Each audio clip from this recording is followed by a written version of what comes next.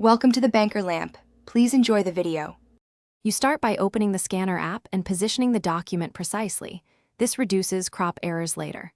Once done, set white balance and enable grid lines so edges align. Make sure flash is used sparingly to avoid glare. Natural light is better. Tap the capture button and hold steady for a clear shot. If the app offers auto capture, enable it to freeze at peak focus.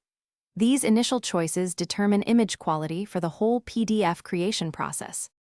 Once pages are captured, move to edit mode to refine every image.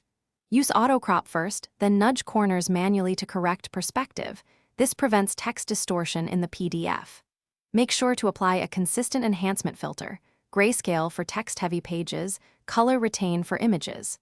You can reorder pages by dragging, rotate any misaligned scans, and delete duplicates.